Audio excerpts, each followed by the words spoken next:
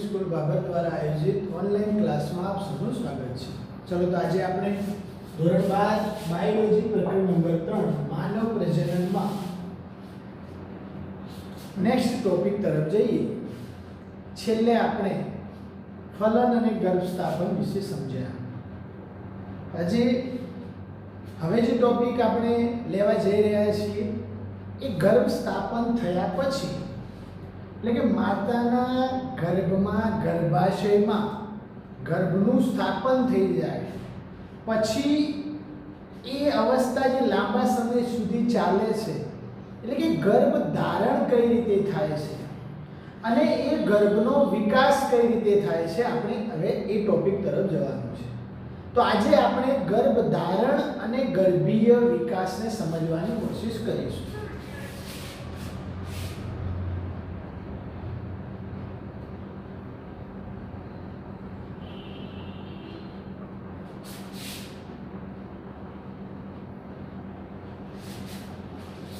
तो विद्यार्थी मित्रों गर्भधारण અને ગર્ભીય વિકાસને આપણે સમજીએ। હવે આપણે આકૃતિ દ્વારા સમજવાની કોશિશ કરીશું।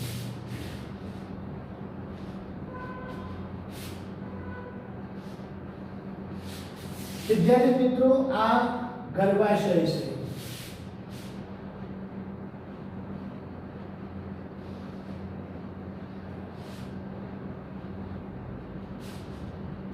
આ ગર્ભાશયની દિવાલો છે। સમજો ગર્ભાશયની દિવાલો। હવે ઓલરેડી આપણે સમજ્યા આપણે કોઈ પણ એક દિવાલ ઉપર ગર્ભ સ્થાપન કરીએ પહેલા જે લાસ્ટ ટોપિકમાં સમજ્યા ત્યાં સુધી કે આ જગ્યાએ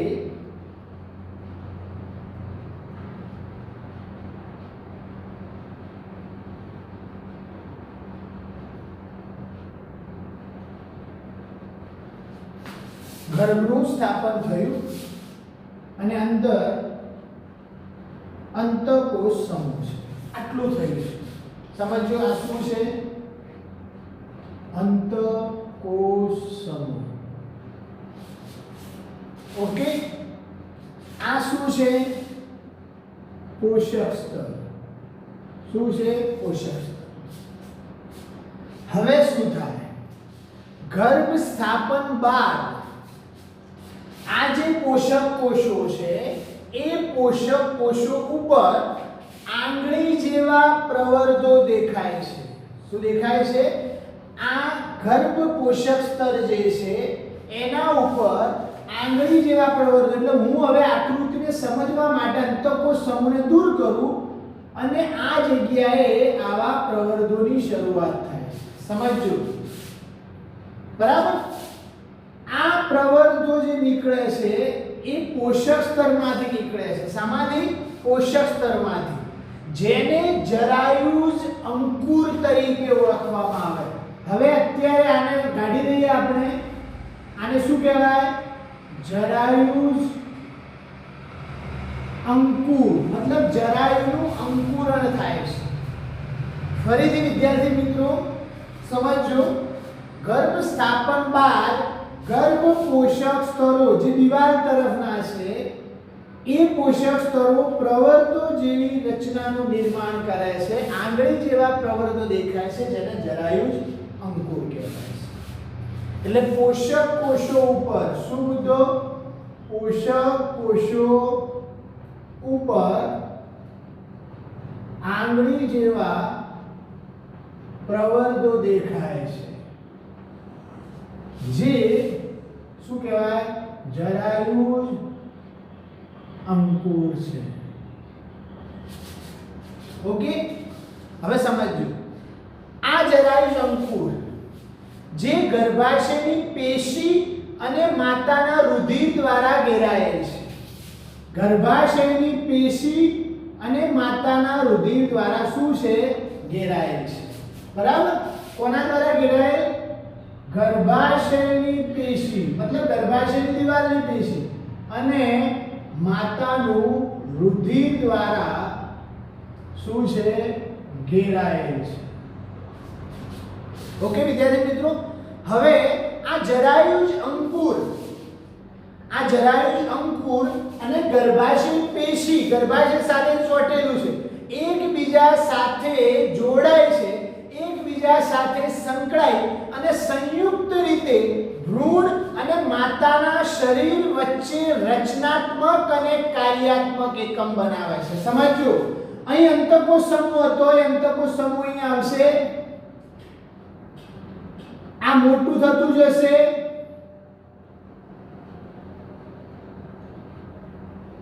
પોષક સ્તરના દિવાલ આ મોટી થતી જશે, આમ સાંકળાતો જશે પ્રવર જેવી રચના, અને અહીં અંતકોષ સમૂહનું નિર્માણ અહીં થયેલું જ હોય છે. તો હવે આ અંતકોષ સમૂહ જે છે એ શું છે? તો એ ગર્ભ બનશે. એ શું? ગર્ભ, અથવા તો એને શું કહેવાય? ભ્રૂણ. શું કહેવાય? ભ્રૂણ. તો શું થયું? ગર્ભાશયની પેશી અને આ જે ભ્રૂણ છે એ એકબીજા સાથે સંયુક્ત રીતે સંકળાય છે. કોની રીતે? સંયુક્ત રીતે. એટલે ભ્રૂણ અને જે માતાના શરીર વચ્ચે જે રચનાત્મક અને કાર્યાત્મક શું છે? એકમ છે. સમજમાં આવે છે વિદ્યાર્થી મિત્રો? જરાયુજ અંકુર અને ગર્ભાશય પેશી એકબીજા સાથે સંકળાય અને શું? ભ્રૂણ સાથે, એટલે કે સંયુક્ત રીતે ભ્રૂણ અને માતાના શરીર વચ્ચે કેવું? કાર્યાત્મક અને રચનાત્મક એકમ કરે. મતલબ માતાનું શરીર અને ભ્રૂણ વચ્ચે કોણ? તો જરાયુજ રચનાત્મક અને ક્રિયાત્મક એકમ તરીકે ઓળખાય છે. બરાબર? તો આ જરાયુ થયું, આ જરાયુ એક બાજુ ભ્રૂણ ગર્ભને જોડે છે, ભ્રૂણને જોડે છે, અને એક બાજુ માતાની દિવાલને જોડે છે. મતલબ જરાયુ અહીં છે, અહીં ગર્ભ છે, તો ગર્ભ અને દિવાલ વચ્ચે જે જોડાણ કરી આપે છે, કોણ કરી આપે છે? જરાયુ કરી આપે છે. મતલબ જરાયુ જે છે એ રચનાત્મક અને ક્રિયાત્મક એકમ છે. કોની વચ્ચે? માતાનું શરીર અને ગર્ભ વચ્ચે, ભ્રૂણ વચ્ચે. તો જરાયુ શું કામ કરે છે વિદ્યાર્થી મિત્રો? આ માતાનું શરીર છે, આ ભ્રૂણ છે, ખુલ્લું નથી. ભ્રૂણનું કનેક્શન માતા સાથે છે, જરાયુ સાથે છે. આ જરાયુ, આ ભ્રૂણ, આ માતાનું શરીર. તો જરાયુ આ ભ્રૂણ અને માતાના શરીર વચ્ચે જો કાર્યાત્મક રીતે જોડાણ કરતું હોય તો જરાયુ શું કામ કરે છે? હવે બાળક માતાના ગર્ભમાં હોય અને ભ્રૂણ માતાના ગર્ભમાં હોય તો એને જીવવા માટે ઓક્સિજનની અને પોષક ઘટકોની જરૂર પડે. શાની જરૂર પડે? ઓક્સિજનની અને પોષક ઘટકોની. તો જરાયુનું કાર્ય શું? તમે સમજી શકો છો. કોને? ભ્રૂણને શું પૂરું પાડે છે? ઓક્સિજન અને પોષક ઘટકો. આને જરાયુ કેવી રીતે? તો માતા જ્યારે ઓક્સિજન અને ખોરાક લે છે, એ ખોરાક માતાના શરીરમાં જાય છે, માતાના શરીરમાંથી રુધિર વાહિનીઓમાં જાય છે, રુધિર વાહિનીઓ ફરતી ફરતી ગર્ભાશયની દિવાલે આવે છે, ગર્ભાશયની દિવાલમાંનું રુધિર વાહિનીઓનું કનેક્શન ક્યાં છે? જરાયુ સાથે છે. તમે સમજી શકો છો. માતાનું રુધિર ક્યાં જાય? જરાયુમાં જાય. જરાયુનું કનેક્શન ક્યાં છે? ભ્રૂણ સાથે છે. એટલે ભ્રૂણમાં ઓક્સિજન અને પોષક ઘટકોનો પુરવઠો પૂરો પાડે છે. હવે જ્યારે ભ્રૂણ ઓક્સિજન મેળવે તો શ્વસનની ક્રિયા કરી ભ્રૂણ શું પેદા કરે? Carbon dioxide. ભ્રૂણ પોષક ઘટકો મેળવે, એટલે કે ભ્રૂણ ઓક્સિજન મેળવે અને ખોરાક મેળવે તો મુક્ત શું કરે? બહારની તરફ CO2 અને ખોરાકમાંથી શું મુક્ત કરે? ઉત્સર્ગ દ્રવ્યો, મતલબ નકામો કચરો. તો હવે શું થાય? તો ભ્રૂણ દ્વારા ઉત્પાદિત થયેલો CO2 અને ઉત્સર્ગ દ્રવ્યો એ પાછા ક્યાં જાય? જરાયુમાં જાય. ક્યાં જાય? જરાયુમાં જાય. આ જરાયુમાં કેવી રીતે જાય? અગર ભ્રૂણ અહીં છે, જરાયુ અહીં છે, તો આમાંથી આમાં લઈ જવા માટે, આ લાવવા માટેની જે રચના છે એ રચનાને શું કહેવાય? ગર્ભનાળ કહેવાય છે. શું કહેવાય છે? ગર્ભનાળ. તો આ શાનું નિર્માણ કરશે? ગર્ભનાળનું નિર્માણ કરશે. શાનું નિર્માણ કરશે? ગર્ભનાળનું. તો વિદ્યાર્થીઓ, જરાયુ જે છે એ ભ્રૂણ સાથે ગર્ભનાળ દ્વારા, કોના દ્વારા? ગર્ભનાળ દ્વારા જોડાયેલ છે. અને આ ગર્ભનાળ દ્વારા જરાયુમાં શું ઠાલવે છે? કાર્બન ડાયોક્સાઇડ ઉત્સર્ગ દ્રવ્યો, અને માતાના રુધિરમાં જાય છે. માતાના રુધિરમાંથી એ જ ઉત્સર્ગ દ્રવ્યો માતાના શરીર દ્વારા બહાર નીકળે છે, અને કાર્બન ડાયોક્સાઇડ માતાના રુધિરમાંથી ફેફસા દ્વારા શ્વસનની ક્રિયા દ્વારા બહાર નીકળે છે. મતલબ એનું એ જ શ્વસન જે માતા કરે છે, ખોરાકને જે કાર્ય કરે છે એના શરીરમાં, એવી જ ઘટના ગર્ભમાં થાય છે. પણ ગર્ભમાંથી, ભ્રૂણમાંથી પહેલું માતાના શરીરમાં આવે જરાયુ દ્વારા, અને માતા જેમ નોર્મલી મુક્ત કરતી હોય એ જ રીતે CO2 અને જે ઉત્સર્ગ દ્રવ્યો છે, નકામો ઘટકો છે, એ પદાર્થોનો શું કરે છે? નિકાલ કરે છે. તો તમે સમજી શકો છો. અહીં હવે એ બાબતની આપણે સમજ કરવાની છે કે જે ભ્રૂણની અંદર અને બહારના પદાર્થોના વહન જે થાય છે એ વહનમાં કોણ મદદ કરે છે? તો હવે આપણી પાસે જવાબ છે કે ભ્રૂણની અંદર અને માતાના અંદર આ પદાર્થોનું જે વહન કરી આપે છે એ કોણ કરી આપે છે? જરાયુ. તો જરાયુ એ પદાર્થોનું શું કરવામાં? વહન કરવામાં મદદ કરે છે. શું કરે છે? પદાર્થોના વહન કરવામાં મદદ કરે છે. અને એ બહારના ભાગે પણ અને ભ્રૂણની અંદર પણ બંને જગ્યાએ પદાર્થોનું વહન કરવામાં કોણ મદદ કરે છે? જરાયુ. તો જરાયુ એક શું છે? માધ્યમ છે. બાળકને પોષણ જોઈએ છે તો જરાયુ મારફતે, બાળકને કોઈ વસ્તુ બહાર કાઢવું છે તો જરાયુ મારફતે, એટલે કે માતાને બાળકને કોઈ વસ્તુ આપવું છે એના શરીરમાંથી તો જરાયુ મારફતે, અને બાળકને એ વસ્તુ કોઈ બહાર કાઢવું છે તો એ પણ જરાયુ મારફતે બાળક માતાના શરીરમાં જાય અને બધે બહાર નીકળે છે.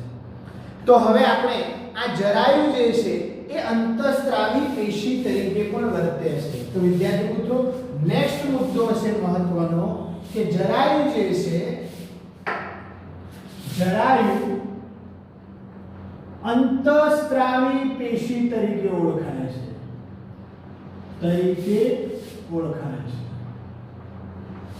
અંતઃસ્ત્રાવી પેશી કીધું એનો મતલબ કે જરાયુ અંતઃસ્ત્રાવી કોષો ધરાવતા હોય, અને જો અંતઃસ્ત્રાવી કોષો ધરાવતા હોય તો અંતઃસ્ત્રાવી પેશીનું નિર્માણ કરે. અને જો અંતઃસ્ત્રાવી પેશી હોય તો અંતઃસ્ત્રાવોનો શું કરતા હોય? સ્ત્રાવ કરે છે. તો જરાયુ ઘણા બધા અંતઃસ્ત્રાવોનો સ્ત્રાવ કરે છે. એમાંથી એકનું નામ છે HCG. શું નામ છે? HCG. મતલબ હ્યુમન કોરિયોનિક ગોનાડોટ્રોપિન નામનો અંતઃસ્ત્રાવ. કયો? Human કોરિયોનિક gonadotropin. બીજો એક HCG છે, બીજો છે HPL, હ્યુમન પ્લાસેન્ટલ લેક્ટોજન. HPL, હ્યુમન પ્લાસેન્ટલ લેક્ટોજન નામનો અંતઃસ્ત્રાવ. આ બે અંતઃસ્ત્રાવ. ત્રીજો ઇસ્ટ્રોજન, પ્રોજેસ્ટેરોન. કયો? ઇસ્ટ્રોજન જે ઓલરેડી અંડપિંડ પણ કરે છે, અને પાંચમો કયો છે? પ્રોજેસ્ટેરોન. તો વિદ્યાર્થી મિત્રો, આ અંતઃસ્ત્રાવોનો શું કરે છે? સ્ત્રાવ કરે છે. તો આ શું છે? અંતઃસ્ત્રાવો છે. શું છે? અંતઃસ્ત્રાવ. તો વિદ્યાર્થી મિત્રો, આ જે અંતઃસ્ત્રાવો જે છે એ ગર્ભાવસ્થાના અંત ભાગમાં પણ આ તો જરાયુ પેદા કરે છે. આ ઉપરાંત જ્યારે ગર્ભાવસ્થાનો સમય થઈ જાય, એટલે કે ગર્ભાવસ્થા જે છે એ 9 મહિના તરફ આગળ વધે માતાના શરીરમાં, તો ગર્ભાવસ્થાના અંત ભાગમાં અંડપિંડ દ્વારા, ક્યારે? ગર્ભાવસ્થાના અંત ભાગમાં કોના દ્વારા? અંડપિંડ દ્વારા અંતઃસ્ત્રાવ એક છે રિલેક્સિન નામનો અંતઃસ્ત્રાવ. કયો? રિલેક્સિન નામના અંતઃસ્ત્રાવનો પણ શું થાય છે? સ્ત્રાવ થાય છે. તો અહીં તમારે યાદ રાખવાનું છે કે HCG HPL અને રિલેક્સિન એ સ્ત્રીઓમાં ફક્ત ક્યારે ઉત્પન્ન થાય છે તો ગર્ભાવસ્થા દરમિયાન જ ઉત્પન્ન થાય છે. કયો? રિલેક્સિન, HCG અને HPL. આ ત્રણ અંતઃસ્ત્રાવો જે છે એ ફક્ત ક્યારે? ગર્ભાવસ્થા દરમિયાન. કારણ કે ઇસ્ટ્રોજન અને પ્રોજેસ્ટેરોન તો ઋતુસ્રાવ દરમિયાન એટલે કે સ્ત્રીમાં અંડપિંડીય રેગ્યુલર અંતઃસ્રાવો તરીકે ઓળખાય છે ત્યારે પણ મુક્ત થતા હોય છે. તો આ અંતઃસ્રાવો HCG, HPL અને રિલેક્સિન ફક્ત ગર્ભ અવસ્થા દરમિયાન મુક્ત થાય છે. પણ HCG, HPL જરાયુ પેદા કરે છે અને રિલેક્સિન પણ પેદા કરે છે, અંડપિંડ પેદા કરે છે. તો વિદ્યાર્થી મિત્રો તમે સમજી શકો છો કે ગર્ભાવસ્થા દરમિયાન માતાના રુધિરમાં અન્ય બીજા જનરલ અંતઃસ્ત્રાવો કયા? ઇસ્ટ્રોજન, પ્રોજેસ્ટેરોન, કોર્ટિઝોલ, પછી બીજા પ્રોલેક્ટિન, થાઇરોક્સિન, કયા અંતઃસ્ત્રાવો? અન્ય અંતઃસ્ત્રાવો રુધિરમાં કયું લિસ્ટ છે? તો ઇસ્ટ્રોજન, તો એનો એ જ. બીજો કોણ? પ્રોજેસ્ટેરોન. જો કોણ? થાઇરોક્સિન. કોણ? થાઇરોક્સિન. નેક્સ્ટ કોણ? પ્રોલેક્ટિન.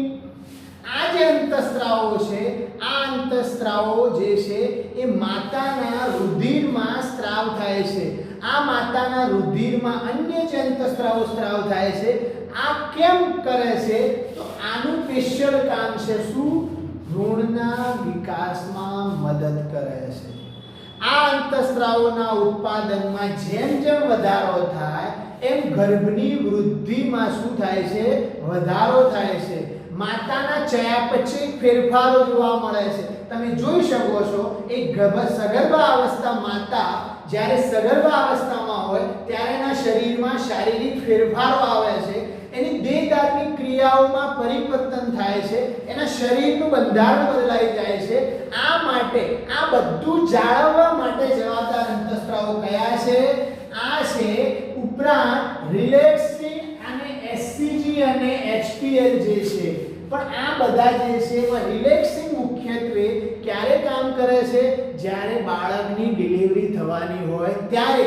એટલે કે પ્રસવવાળો જે દૂધ સ્ત્રાવ અને પ્રસૂતિવાળો જે ટોપિક આવશે એમાં આનું વર્ણન આવશે. આપણે એ સમયે સમજીશું. પણ આપણે યાદ રાખવાનું જરાયુ ચાર અંતઃસ્ત્રાવ પેદા કરે જેવા HCG, HPL, ઇસ્ટ્રોજન અને પ્રોજેસ્ટેરોન. અને ગર્ભાવસ્થાનો અંત ભાગમાં અંડપિંડ દ્વારા. કેમ અંત ભાગ કીધું? બાળક ડિલિવરી થવાની હોય એ અંત ભાગ. એટલે કે 9મા મહિના દરમિયાન કયો અંતઃસ્ત્રાવ? રિલેક્સિન. તો રિલેક્સિન, HCG અને HPL તમે જુઓ તો આ બધા આ બેને છોડો તો આ ત્રણ નવા છે કે જે ખાલી એ 9 મહિના દરમિયાન સ્ત્રાવ થાય છે એ દરમિયાન. બાકી આખી સ્ત્રીની લાઈફમાં ક્યારે પેદા થતા નથી. તો તમે સમજી શકો છો એ ફક્ત ગર્ભ અવસ્થા દરમિયાન જ મુક્ત થાય છે. અને અન્ય અંતઃસ્ત્રાવો બીજા કાર્યશીલ બને છે, સક્રિય થાય છે અને પિટ્યુટરી ગ્રંથિ દ્વારા મુક્ત થાય છે. એવા અંતઃસ્ત્રાવો કયા છે? થાઇરોક્સિન, ઇસ્ટ્રોજન, પ્રોજેસ્ટેરોન, પ્રોલેક્ટિન અને બીજો છે કોર્ટિઝોલ. કયો છે? કોર્ટિઝોલ. તો આ અંતઃસ્ત્રાવો એ વધારાના ગર્ભની વૃદ્ધિ માટે અને માતાની ચયાપચય ફેરફારો અને ગર્ભધારણની જાળવણી માટે પેદા થાય છે. તો વિદ્યાર્થી મિત્રો આપણે ગર્ભધારણ સમજ્યા. હવે આપણે ગર્ભીય વિકાસને સમજવાની કોશિશ કરીશું. ગર્ભ બની ગયું, ભ્રૂણ બની ગયું, ગર્ભાવસ્થા જે છે એ તૈયાર થઈ. એટલે કે ગર્ભ સ્થાપન બાદ તરત જ આ અંતકોષ જે સમૂહ હતા આપણે જોયું હતું ગર્ભકોષ કોથળીમાં અંતકોષ સમૂહ આને કહેતા હતા. એમાંથી ભ્રૂણ બનશે તો તરત જ અંતકોષ સમૂહ જે છે એ બે સ્તર બનાવે છે. હવે હું આકૃતિમાં સમજજો. એના અંદર પેશીના બે સ્તર હોય છે. એક બાહ્ય ગર્ભ સ્તર અને એક અંતઃગર્ભ સ્તર. એક કયું? બાહ્ય ગર્ભ સ્તર અને અંતઃગર્ભ સ્તર. બાહ્ય ગર્ભ સ્તર જે છે અંતઃગર્ભ સ્તર છે એ કેવી રીતે નક્કી થાય? તો જે અંતઃકોશ સમૂહનું અંદરનું જે ગર્ભસ્તર છે એને અંતઃગર્ભસ્તર તરીકે ઓળખાય છે અને જે બાહ્ય તરફનું છે એને બાહ્ય ગર્ભસ્તર તરીકે ઓળખાય છે. આ સ્તરમાં શું પામે છે? અંતઃકોશ સમૂહ ધીમે ધીમે વિભેદન પામે છે. બાહ્ય ગર્ભસ્તર અને અંતઃગર્ભસ્તરની વચ્ચેના સ્તરને મધ્ય ગર્ભસ્તર કહેવાય છે. મતલબ આખો અંતઃકોશ સમૂહ 3 ભાગમાં વહેંચાઈ જાય છે. કયું? અંતઃગર્ભસ્તર, મધ્ય ગર્ભસ્તર અને બાહ્ય ગર્ભસ્તર. તો આ બાહ્ય, આ મધ્ય અને આ અંત. હવે આખું ભ્રૂણનો જેમાંથી ભ્રૂણ બનવાનો છે એ ભ્રૂણ બન્યા પહેલા 3 ગર્ભમાં વિભાજન પામે છે. તો એનો મતલબ કે આખો અંતઃકોશ સમૂહ 3 ગર્ભસ્તરમાં તૈયાર થાય છે. હવે એ અંતઃકોશ સમૂહમાંથી બાળકના અંગો બનવાના હોય. શું બનવાનું હોય? બાળકના ગર્ભનો વિકાસ થવાનો છે. એમાંથી અંગજનન થવાનું છે. એનો મતલબ આ 3 સ્તરો પુખ્ત દરમિયાન જેમ જેમ પુખ્ત થતી જાય છે એમ બધી પેશીઓ અથવા તો અંગના નિર્માણને શું આપે છે? વેગ આપે છે. તો અહીં સમજવું જરૂરી છે કે અંતઃકોશ સમૂહ સ્ટેમ કોષો તરીકે ઓળખાતા કેટલાક કોષો ધરાવે છે કે જે બધી જ પેશીઓ અને અંગ નિર્માણની ક્ષમતા ધરાવે છે. તો અંતઃકોશ સમૂહ કયા કોષો ધરાવે છે? સ્ટેમ કોષો પ્રકારના, જે સાના અંગના નિર્માણમાં શું કરે છે? મદદ કરે છે. એનો મતલબ કે આ 3 ગર્ભ સ્તર મળી અને આખા શરીરનું અંગોની રચનાઓ કરે છે. તો વિદ્યાર્થી મિત્રો, આ આપણે ગર્ભધારણ વિશે સમજ્યા. અને ગર્ભધારણ થઈ જાય, ભ્રૂણ તૈયાર થઈ જાય એટલે ધીમે ધીમે પછી શું થાય?